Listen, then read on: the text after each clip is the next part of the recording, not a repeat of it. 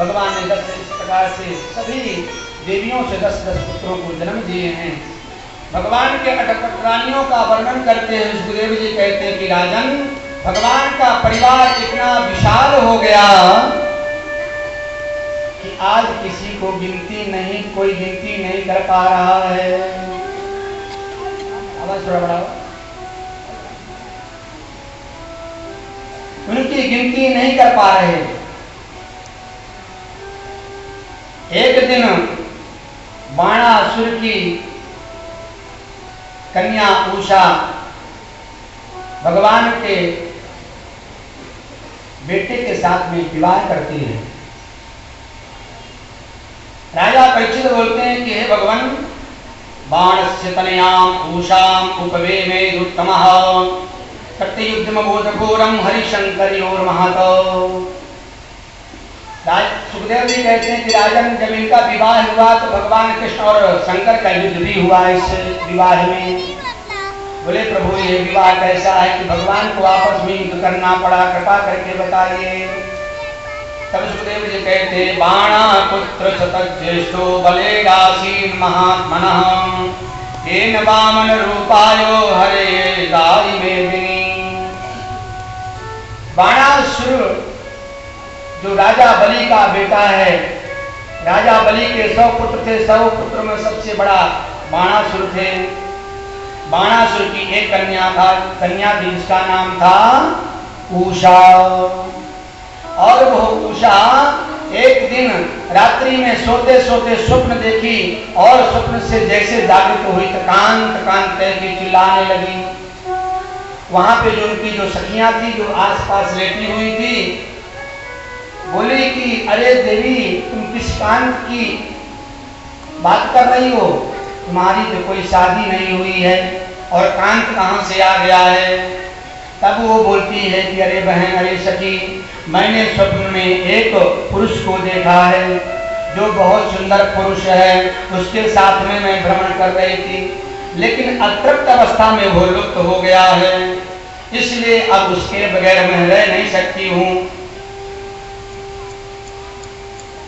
तो उसकी जो बहुत सगी सहेली थी जिसका नाम था चित्रलेखा, वो कुष्मांड की बेटी थी। उसने कहा तुम चिंता मत करो, जहां भी तुम्हारा वो कांत होगा मैं पकड़ के ले आऊंगी, क्योंकि वो मायाविनी थी, मायावी विद्या सीखी हुई थी। अब वो चित्रलेखा ने चित्र बनाना चालू किया उषा के सामने।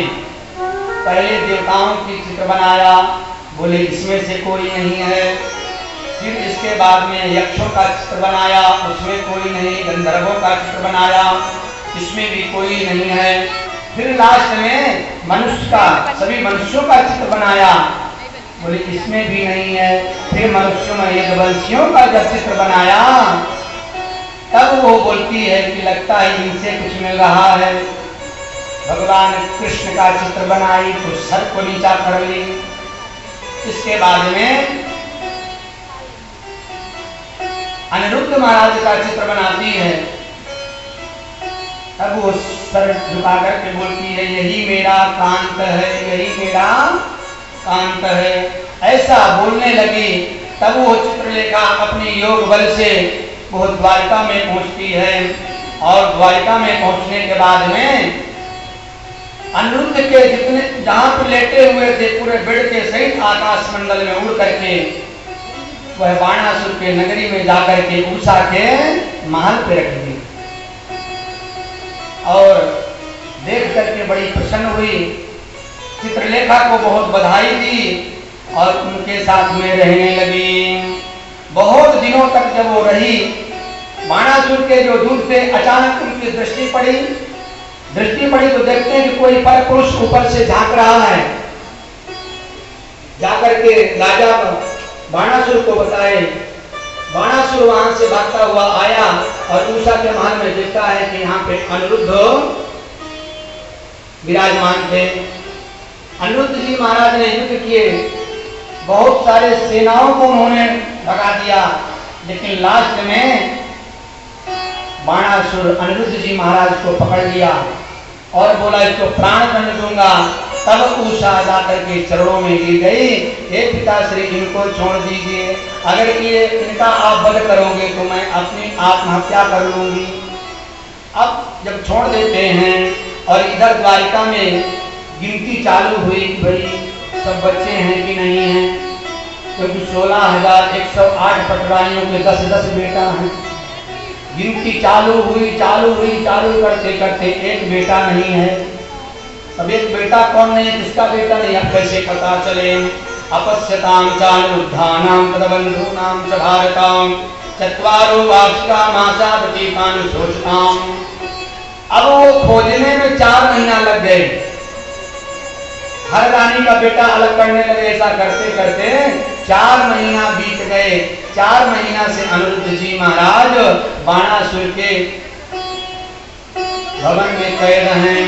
नारदा कृपा करण्या वार्तां बद्धस्य कर्मचां प्रयुषोणपुरं प्रश्नया कृष्ण देवता। तब तक नारद जी आ गए, भगवान से बोले कि आपको कुछ ध्यान है कि नहीं है, बच्चों की संख्या करते हैं कि नहीं करते हैं। बोले क्या हुआ, बोला एक बेटा आपका नहीं है, आपका प्रद्युम्न का जो बेटा अनिरुद्ध है वो नहीं है। अब कहाँ गए तब नारद जी ने उनको पता बताए और भगवान अपनी टोली लेकर के शोणितपुर नगरी की ओर चल दिए हैं। भाई मेरा पोता जेल में बंधा हुआ है, प्रद्युम्न जी चल दिए, बलराम जी चल दिए, सारी सेना लेकर के चल दिए हैं। और बाणासुर भगवान और उधर क्या हुआ, बाणासुर भगवान शिव की तपस्या किया है। भगवान भोले बाबा बहुत जल्दी प्रसन्न होते हैं और बहुत जल्दी नाराज हो जाते हैं। बाणासुर की तपस्या से भगवान भोले प्रसन्न हुए और इतना प्रसन्न हुए कि 1000 बाहुएं दे दी उनको। अब वो बाणासुर सबको परास्त करने लगा, कोई उससे युद्ध करने वाला नहीं था। एक दिन भगवान भोले बाबा से ही बोलने लगा कि प्रभु आपकी दी हुई बाहों में खुजली हो रही है, कोई योद्धा मिल नहीं रहा है, इसलिए हमें लगता है कि आपसे ही एक पकड़ हो जाए। भोले बाबा बोले अरे दुष्ट तू बड़ा दुष्ट है, मैंने ही तुझे शक्ति दिया, बाहुएं दिए और तू मुझसे ही युद्ध करना चाहता है। अरे दुष्ट तेरे सामने जो ध्वजा फहरा रही है, जिस दिन ये ध्वजा गिर जाए उस दिन समझ लेना कि मेरे साथ युद्ध करने वाला कोई आ गया। अब तो बाणासुर भगवान की पूजा करना बंद कर दिया, जब तक करना बंद किया अब तो उसकी नजर केवल ध्वजा में है। कब ध्वजा गिरे और हमारे बाहुओं की खुजली बंद हो, और देखते देखते आज वो योग बना कि भगवान वहां से जब चले उसी दिन उसका ध्वजा गिर गया। आज बाणासुर तैयार है कि आज कोई युद्ध करने वाला है, आ रहा है। अक्षौहिणी द्वादशी समेता सर्वतो दिशम दुर्बाण नगरम समन्ता सतर्सभा। भगवान 12 अक्षौहिणी सेना लेकर के पहुंचे और पूरी बाणासुर की नगर को घेर लिया। भगवान कृष्ण 12 अक्षौहिणी सेना लेकर के गए और पूरी की पूरी बाणासुर के नगर को घेर लिए चारों तरफ से। लेकिन भगवान शंकर जी वरदान दिए थे कि तेरी पूरी रक्षा मैं करूंगा। अब उस पुरी में जब भगवान प्रवेश किए तो शंकर जी आ गए सामने, बगैर हमारे पूछे अंदर आप प्रवेश नहीं कर सकते हैं। कृष्ण शंकर से ओ राजन प्रद्युम्ना गुह्ययोरपि। भगवान बोले कि आप साबित हो जाओ, मुझे अंदर जाना है। शंकर जी बोलते नहीं, पहले मुझसे युद्ध करना होगा। अब भगवान और शिव का युद्ध प्रारंभ हो गया, युद्ध चलने लगा, ना कोई पराजय हो रहा ना कोई जय हो रहा है। तब तक बाणासुर आ गया, बोले कि आप साइड होइए, मैं युद्ध करता हूँ। बाणासुर भगवान शिव को अलग कर दिया। भगवान बोले अच्छा हुआ, भगवान साइड हो गए। बाणासुर युद्ध कर रहा है और भगवान ने अपने बाणों से बाणासुर के एक एक हाथ काटना प्रारंभ किए। जब सारे के सारे हाथ कट गए, केवल 4 बचे। भगवान को लगता कि प्राण नहीं बचेंगे हमारे भक्त की। भगवान सामने आ गए, बोले प्रभु माफ करो। भगवान बोले मानेंगे नहीं, लेकिन इसके अभिमान को तो काटना होगा।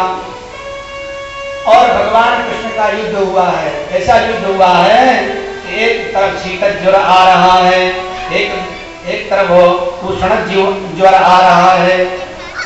आपस में सारे अस्त्र शस्त्रों का प्रहार किया गया है, लेकिन जब लास्ट में भगवान को लगा कि बाणासुर नहीं बचेगा, तब उसकी जो माँ है कोटरा सामने नग्न होकर के सामने खड़ी हो गई। भगवान ऐसी नग्न अवस्था देखी कोटरा को तो भगवान मुख मोड़ लिए और युद्ध वहीं विराम हो गया। भगवान अपने पौत्र अनिरुद्ध के साथ में अपने पुत्र वधू को लिए और द्वारिका आ गए हैं। आने के बाद में भगवान अपने सारे पुत्रों को धर्म का उपदेश देते हैं कि जीवन में कभी किसी का अपमान नहीं करना, हमेशा बड़ों का आदर करना। भगवान शिक्षा दे रहे हैं, क्योंकि भगवान के बेटा, भगवान के पोते पपोत्र सब बहुत बड़ी संख्या में हो गए हैं। एक बार तो भगवान में कृष्ण अपने महल में बैठे हुए थे, बहुत सारे जो बच्चे थे इकट्ठा हुए और वो एक जंगल में चले गए खेलने के लिए। खेलते खेलते एक उनको प्यास लगी और प्यास बुझाने के लिए कुआं में जाते हैं। कुआं में गए तो वहां पे एक जीव पड़ा हुआ था। उस जीव को निकालने के लिए सारे बच्चे सारी शक्ति लगा दिए, डोरी डालते हैं, कांटा डालते हैं, पर वो जीव निकलने का नाम नहीं ले रहा है। तब तक जाकर के भगवान कृष्ण से बताए कि अरे बाबा जी, बब्बा, एक जीव पड़ा हुआ है, वो निकलने का नाम नहीं ले रहा है। भगवान तुरंत वहां से आए और अपना हाथ नीचे झुलाए और वो तुरंत वहां से निकला और दिव्य रूप धारण करके वो प्रकट हो गया। बोले बांके बिहारी लाल की। भगवान बोले कि भैया तुम कौन हो?